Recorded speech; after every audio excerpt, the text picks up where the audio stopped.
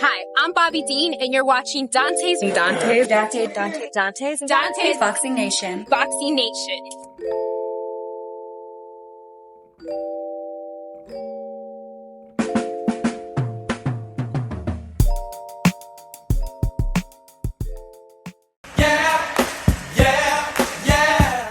We would like to make the Barancic unification. There's other fights that we're looking at, Murataya, top rank about, and we've now made Golden Boy an offer for Kid Schofield.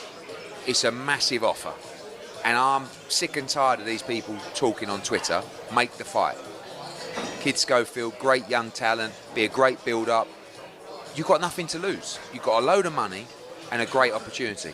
So hopefully one of those fights will be made, and I think there'll be an announcement on February 22nd from His Excellency, perhaps even this week. Our party signed. Is it done? That's what I'm saying. Is it done? We can't speak about the rest. All I can say is right, when they make the announcement, they make the announcement. But it's going down. Yo, y'all hear that, chat? We can say they agreed. They gave us our percentage of the money. We agreed to it. So now it's on them.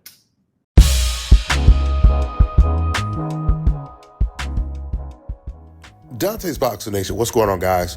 So this fight is officially going down between Shakur Stevenson and Floyd Schofield. As you guys just heard in that clip right there, Schofield, he already signed his portion of the contract, and Shakur himself has already confirmed that it's going down on February 22nd. And that's only the beginning of the good news, because Turki Al-Sheikh is trying to completely stack this card until it overflows. If all of the fighters that Turki wants to put on this card accepts the offer, this may go down as the biggest fight card that we have ever seen. Arthur Beterbiev versus Dimitri Bivol 2 is expected to be on this card.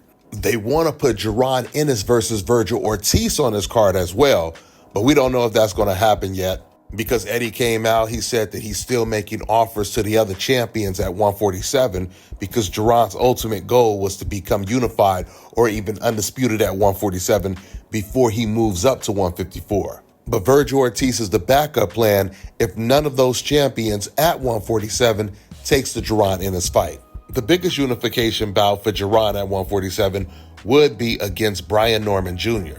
But Brian has already turned down that fight. In fact, that's the reason why we got Ennis versus Chukachan too. So now Eddie and Turki, they're going to try to send Brian a new offer. And then you have Mario Barrios and Stanionis.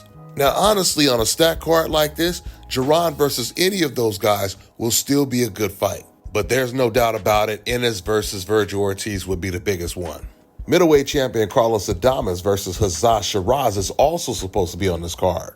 Now, for those of you guys who aren't too familiar with Shiraz, he knocked out Ammo Williams on Turki Al-Sheikh's 5 versus 5 card. He's a really good fighter, very tall for the weight class. So this should be a serious challenge for the champion, Carlos Adames. They're also putting Daniel Dubois versus Joseph Parker on this card as well. Now, that's just a handful of fights that's going to be on this card. There's going to be many more because Eddie Hearn and Turki Al-Sheikh has already confirmed that this card right here is going to be the biggest yet. Now, when it comes to the Shakur Stevenson-Schofield fight, Schofield, he deserves a lot of credit for being a man of his word. He was aggressively calling out Shakur Stevenson, and as soon as Williams and Peter pulled out, Floyd was the first one with his hand up. This is a really good fight that I'm looking forward to because of the styles. You have an aggressive fighter in Floyd Schofield who's aggressive with some power, and he knows how to box. Now, Schofield, he didn't look that good in his last performance, but you do have fighters that step up to the level of their competition. And we're going to find out if Schofield is one of those fighters or not.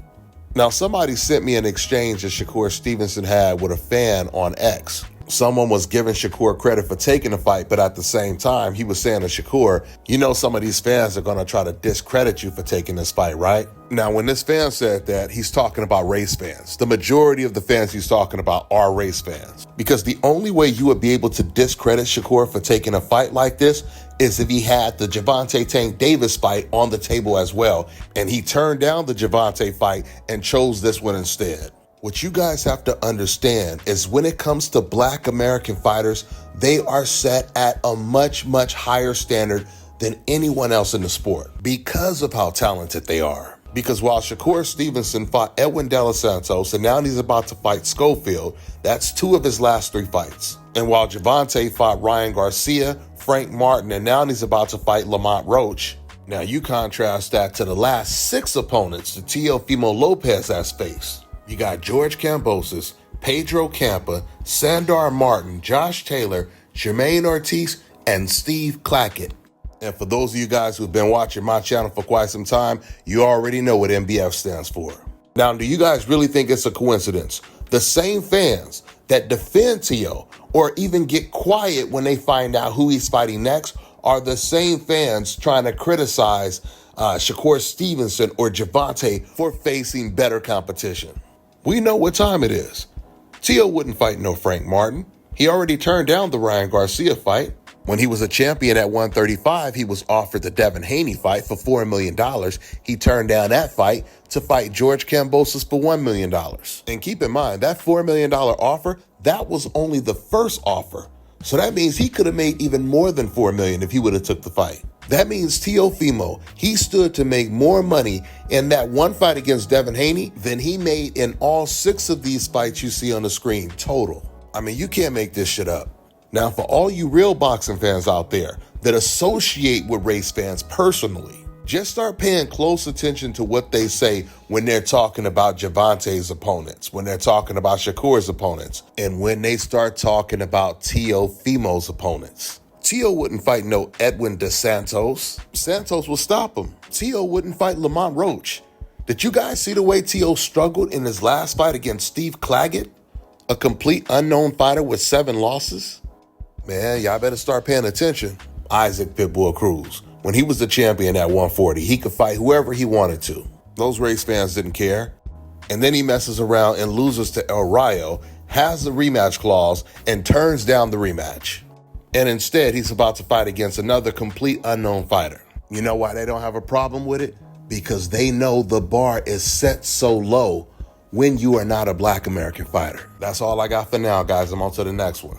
Let me tell you guys about Issa Israel Law Firm. It is a full-service legal practice based in Denver, Colorado, an emerging hub for combat sports and high-altitude training. If you're a fighter inside or outside of the ring and you need a law firm you can trust to fight for you, visit thefighterfirm.com or email help@iilawfirm.com. Legal representation is usually limited to plaintiffs or defendants in Colorado, but iFirm can help anyone in the world with trademarking their business name, logos, and U.S. immigration issues. This brother has been my attorney for a while and helped guide me through all kinds of business and civil issues, so make sure you guys go to thefighterfirm.com. All right, now check this out, guys. If you're looking to repair eczema scars, burns and bruises, dark spots and blemishes, fever blisters, diabetic ulcers, this right here is the perfect product for you guys. It's called Elo Diki Face and Body Oil.